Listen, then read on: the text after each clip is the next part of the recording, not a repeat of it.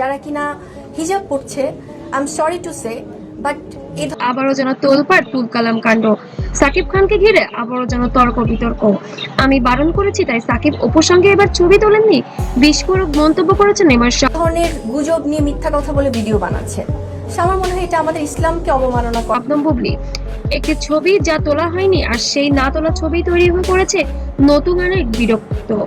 আমি বেশ কিছুদিন ধরে বলছি যে গণমাধ্যমকে আমি একটি বিতর্ক সম্প্রতি সোশ্যাল মিডিয়া ভাইরাল হয়েছে একটি দাবি। বলা হচ্ছে একটি অনুষ্ঠানে উপস্থিত থাকা সত্ত্বেও সাকিব খান নাকি অপু বিশ্বাসের সঙ্গে ছবি তোলেননি। আর আমার ব্যক্তিগত কিছু আসলে বলতে চাই না, কারণ ব্যক্তিগত ব্যাপার এর পেছনেই নাকি ছিল বুবলির বারণ। এই দাবি কতটা সত্য নাকি এটি কেবল গুঞ্জন, আজকের ভিডিওতে পুরো বিষয়টি জানাবো বিশ্লেষণ করে। একসময় ঢালিউডের সবচেয়ে জনপ্রিয় জুটি ছিলেন সাকিব খান ও অপু বিশ্বাস। তাদের অসংখ্য সিনেমা এবং ব্যক্তিগত সম্পর্ক ভক্তদের কাছে ছিল অত্যন্ত আলোচিত এবং সমালোচিত বিষয়।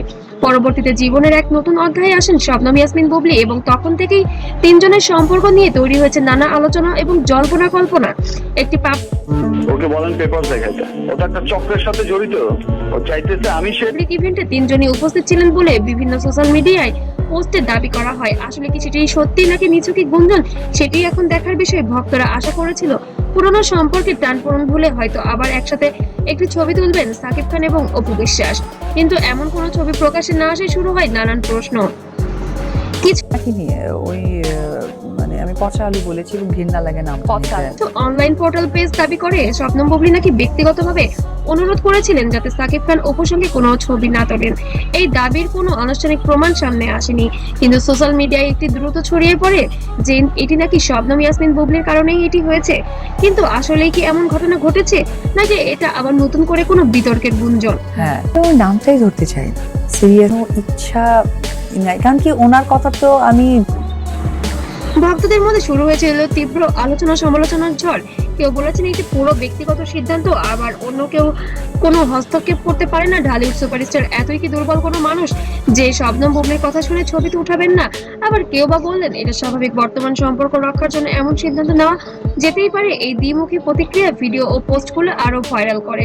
তারকাদের ব্যক্তিগত সম্পর্ক সবসময় জনসম্মুখে আলোচিত হয়, কিন্তু বাস্তবে তাদের ব্যক্তিগত সীমারেখাও থাকে। অপু বিশ্বাস এবং শবনম বুবলি দুইজনই তাদের নিজ নিজ জীবনে এগিয়ে যাচ্ছেন এবং এমন পরিস্থিতিতে পাবলিক উপস্থিতি সবসময় সহজ হয় না। এই পুরো ঘটনায় সাকিব খান সরাসরি কোনো মন্তব্য কথা তো আমি যোগ্যই মনে করি না যে সেই জায়গা থেকে যুক্তিকতা। ওনার আসলে সমস্যা আছে, ওনার চিকিৎসা করা করেননি। তার এই নীরবতাই আবার নতুন করে প্রশ্ন তৈরি করেছে। তিনি কি ইচ্ছা করে বিষয়টি এড়িয়ে যাচ্ছেন নাকি গুঞ্জনকে গুরুত্ব দিতে চান না?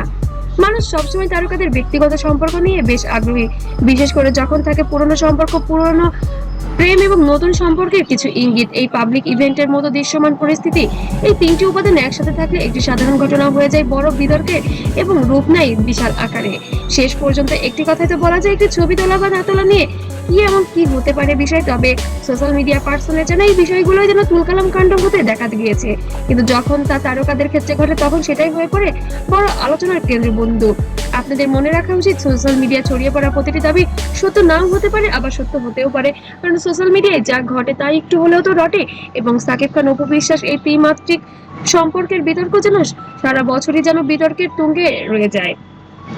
অবশ্যই এই বিষয়ে আপনার মূল্যবান মতামত জানাতে ভুলবেন না।